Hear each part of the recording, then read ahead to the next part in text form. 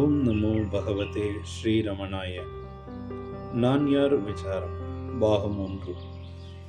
கற்றது கைமண் அளவு, கல்லாதது உலகளவு. இந்த நான் யார் விசாரம் ஆரம்ப அதிகாரி முதல் உத்தம அதிகாரிக்கானது.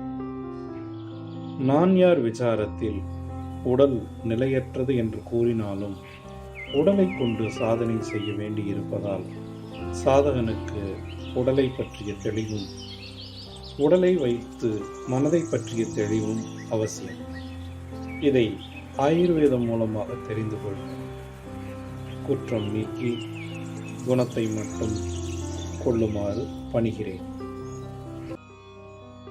நீங்கள் வாத பித்த கப உடல்களில் எது என ஆயுர்வேத முறைப்படி அறிதல். முதலில் ஆயுர் என்றால் வாழ்க்கை, வேதம் என்றால் அறிவு. ஆயுர்வேதம் என்றால் வாழும் முறைக்கான அறிவை தருகிறது. ஆங்கிலத்தில் டாக்டர் என்ற வார்த்தை டொசிரா என்ற லத்தீன் மொழியிலிருந்து வந்தது. டொசிரா என்ற வார்த்தை அர்த்தம் டு டீச், அதாவது சொல்லிக் கொடுத்தல் என்று பொருள். இந்த உடல் பஞ்சபூதங்களால் ஆனது. வாதம், பித்தம், கபம் என்று 3 ஆற்றலாக பிரிக்கப்படுகிறது. அகத்தியர் பாடல் ஒன்றில் கபம் நீர், பித்தம் தீ, வாதம் காற்றுதானே. வாத பித்த கப உடல் தாயின் கருவிலிருந்தே எந்த உடல் என்று தீர்மானிக்கப்படுகிறது. அந்த உடலுடன் வாழ்நாள் முழுவதும் பயணிக்கிறோம்.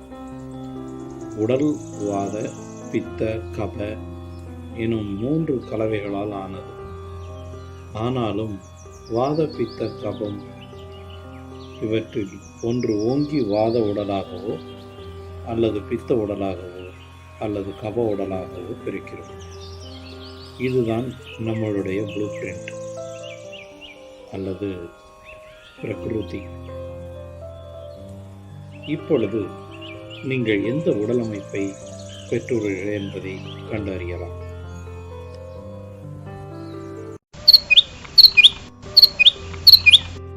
முதலாவது கூறப்போவது வாத உடலமைப்பு, இரண்டாவது கூறப்போவது பித்த உடலமைப்பு, மூன்றாவது கூறப்போவது கப உடலமைப்பு. கவனமாக கவனித்து நீங்கள் எது என்று நிர்ணயம் செய்யுங்கள். வாத உடலமைப்பு கொண்டவர்களின் உயரம் அதிக உயரம், பித்த உடலமைப்பு கொண்டவர்கள் நடுத்தர உயரம், கப உடலமைப்பு கொண்டவர்கள் குட்டையாக இருப்பார்கள். வாத உடலமைப்பு கொண்டவர்களின் எடை குறைவு, பித்த உடலமைப்பு கொண்டவர்கள் நடுத்தர எடை, கப உடலமைப்பு கொண்டவர்கள் அதிக எடை. வாத உடலமைப்பு கொண்டவர்கள் உடல் அமைப்பு மெலிந்த உடல், பித்த உடல் அமைப்பு நடுத்தர நல்ல உடல் அமைப்பு, கப உடல் அமைப்பு பருமன் அண்டு சதைப்பிடிப்பு. வாத உடல் அமைப்பு தேக ஆரோக்கியம் மோசமான ஆரோக்கியம், பித்த உடல் அமைப்பு நடுத்தரமான ஆரோக்கியம், கப உடல் அமைப்பு மிக நன்றான ஆரோக்கியம்.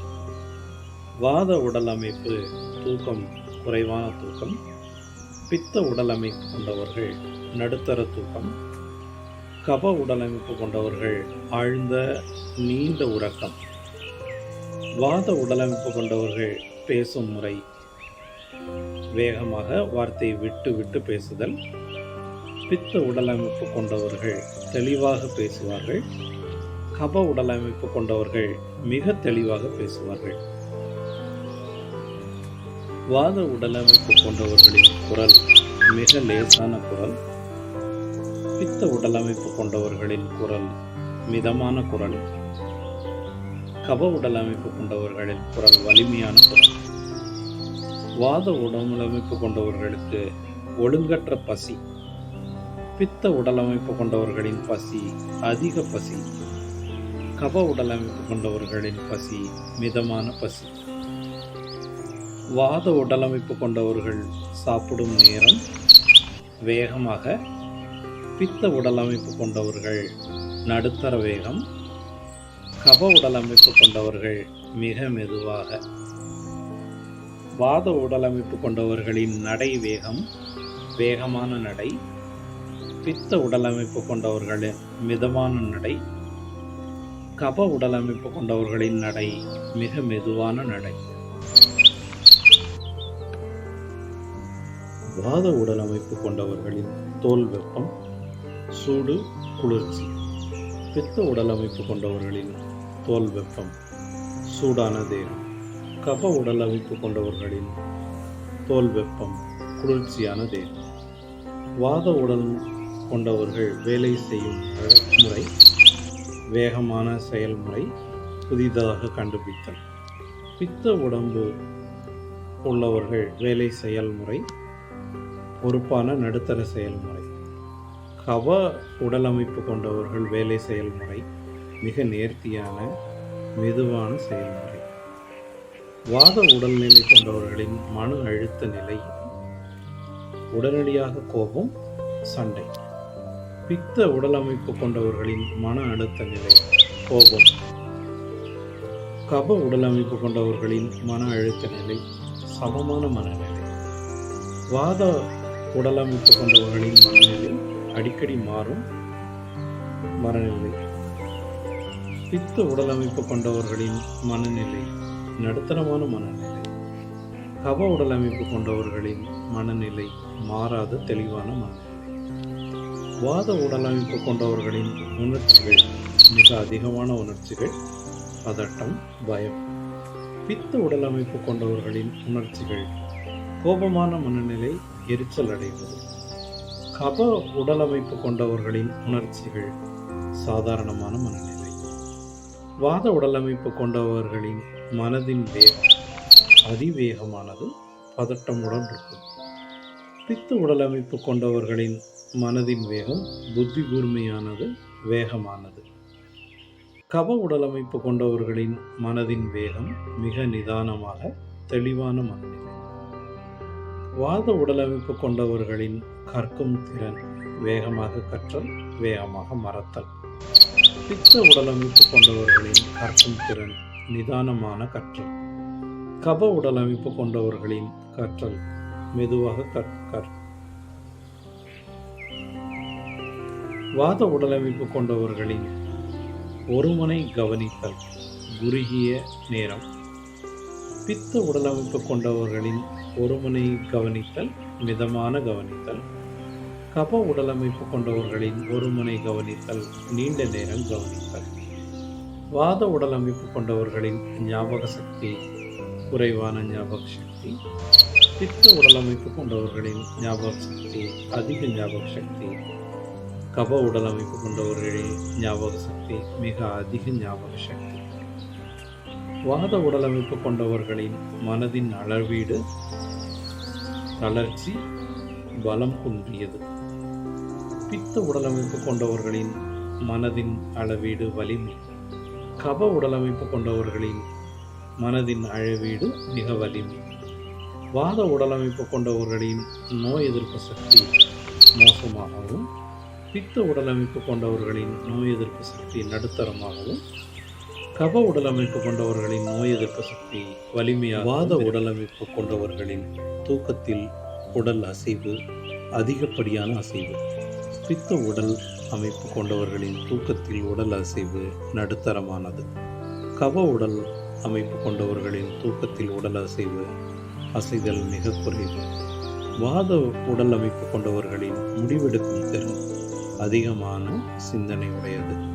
பித்த உடல் அமைப்பு கொண்டவர்களின் முடிவெடுக்கும் திறன் உடனடியாக முடிவெடுத்தல். கப உடல் அமைப்பு கொண்டவர்களின் முடிவெடுக்கும் திறன் மிக மெதுவாக முடிவெடுப்பது. வாத உடல் அமைப்பு கொண்டவர்களின் ஆரோக்கியமற்ற மனநிலை, பயம், பதட்டம், கிளர்ச்சி. பித்த உடல் அமைப்பு கொண்டவர்களின் ஆரோக்கியமற்ற மனநிலை, ஆளுமை அதிகம், வலிய தாக்குதல். கப உடல் அமைப்பு கொண்டவர்களின் ஆரோக்கியமற்ற மனநிலை, பாதுகாப்பற்ற மனநிலை. வாத உடல் அமைப்பு கொண்டவர்களின் ஆரோக்கியமற்ற உடல்நிலை, தூக்கமின்மை, மலச்சிக்கல், அதிக தசைப்பிடிப்பு, உடல் பலவீனம். பித்த உடல் அமைப்பு கொண்டவர்களின் ஆரோக்கியமற்ற உடல்நிலை, வாந்தி, குமட்டல், அதிக கோபம், வயிற்று பிரச்சனைகள். கப உடல் அமைப்பு கொண்டவர்களின் ஆரோக்கியமற்ற உடல்நிலை, அலர்ஜி, சைனஸ், நுரையீரல் பிரச்சனைகள். இப்பொழுது நீங்கள் எந்த உடல் அமைப்பு என்று அறிந்து கொண்டிருப்பீர்கள். இதையே வெளிநாட்டவர்கள் எண்டோமார்ப், மீசோமார்ப், எக்டோமார்ப் என்று கூறுகிறார்கள். இது உங்களுடைய நிரந்தர உடல் அமைப்பு. இதுவரை பிரகிருதி பற்றி பார்த்தோம். அடுத்தது விக்ருதி. விக்ருதி என்பது நாடி பார்த்தல். வாத, பித்த, கபம் இந்த மூன்றில் எது அதிகமானாலும் குறைந்தாலும் நோய் செய்யும். கையில் நாடி பரிசோதனை செய்தல் ஆண்களுக்கு வலது கை, பெண்களுக்கு இடது கை. வாதம் 1 மாத்திரை, ஆள்காட்டி விரல். பித்தம் அரை மாத்திரை, நடுவிரல். கபம் 1/4 மாத்திரை, மோதிர விரல். நடை வேகம். வாதம் பாம்பு கதி, பித்தம் தவளை கதி, கபம் அன்னத்தின் கதி. இப்பொழுது செய்ய பாருங்கள். எது அதிகம் அல்லது குறைவு என்று கண்டுபிடியுங்கள். இதற்கு நீண்ட பயிற்சியும் அனுபவமும் தேவை. அடுத்து வேறு முறையில் கண்டறிதல். சில நேரங்களில் உமிழ்நீரில் புளிப்பு அல்லது கார சுவை தெரிந்தால் வாதம் அதிகம் என்று அறியலாம். வாயில் கசப்பு அல்லது உப்பு சுவை தெரிந்தால் பித்தம் அதிகம் என்று அறியலாம். வாயில் இனிப்பு அல்லது துவர்ப்பு சுவை தெரிந்தால் கபம் அதிகம் என்று அறியலாம். வாதம் அதிகமாக இருந்தால் 80 வகை நோய்கள் செய்யும். பித்தம் அதிகமாக இருந்தால் 40 வகை நோய்கள் செய்யும். கபம் அதிகமாக இருந்தால் 20 வகை நோய்கள் செய்யும். இதை எப்படி சரி செய்வது? உணவே மருந்து, மருந்தே உணவு. மெத்தட் 1. வாதம் அதிகமானால் சமன் செய்யும் முறை. வாதத்தின் இயற்கையான சுவை புளிப்பு, காரம். இதனுடைய எதிர் சுவையான இனிப்பு, துவர்ப்பு, உப்பு மற்றும் கசப்பு. சுவையுடைய உணவுகளை எடுக்க வாதம் சமப்படும். பித்தம் அதிகமானால் சமன் செய்யும் முறை. பித்தத்தின் இயற்கையான சுவை உப்பு, கசப்பு. இதனுடைய எதிர் சுவையான புளிப்பு, காரம், இனிப்பு மற்றும் துவர்ப்பு உடைய உணவுகள் எடுக்க பித்தம் சமப்படும். கபம் அதிகமானால் சமன் செய்யும் முறை. கபத்தின் இயற்கையான சுவை இனிப்பு, துவர்ப்பு. இதனுடைய எதிர் சுவையான கசப்பு, காரம், புளிப்பு, உப்பு சுவையுடைய உணவுகளை எடுக்க கபம் சமப்படும். மெத்தட் 2. பிராணயாமம். பிராணயாமம் காலை, மதியம், மாலை என 3 தடவை உணவுக்கு முன் செய்தல் வேண்டும். காலையில் செய்யும் பிராணயாமம் வாதத்தினால் உருவாகும் நோய்களை சரி செய்யும். மதியத்தில் செய்யும் பிராணயாமம் பித்தத்தினால் உருவாகும் நோய்களை சரி செய்யும். மாலையில் செய்யும் பிராணயாமம் கபத்தினால் உருவாகும் நோய்களை சரி செய்யும். இயற்கையில் வாதம், பித்தம், கபம் வேலை செய்யும் நேரங்கள். காலை 6 மணி முதல் 10 மணி வரை கபம், குளிர்ச்சி. காலை 10 மணி முதல் மதியம் 2 மணி வரை பித்தம், வெப்பம். மதியம் 2 மணி முதல் மாலை 6 மணி வரை வாதம், காற்று. மாலை 6 மணி முதல் இரவு 10 மணி வரை கபம், குளிர்ச்சி. இரவு 10 மணி முதல் அதிகாலை 2 மணி வரை பித்தம், வெப்பம். இரவு 2 மணி முதல் காலை 6 மணி வரை வாதம், காற்று.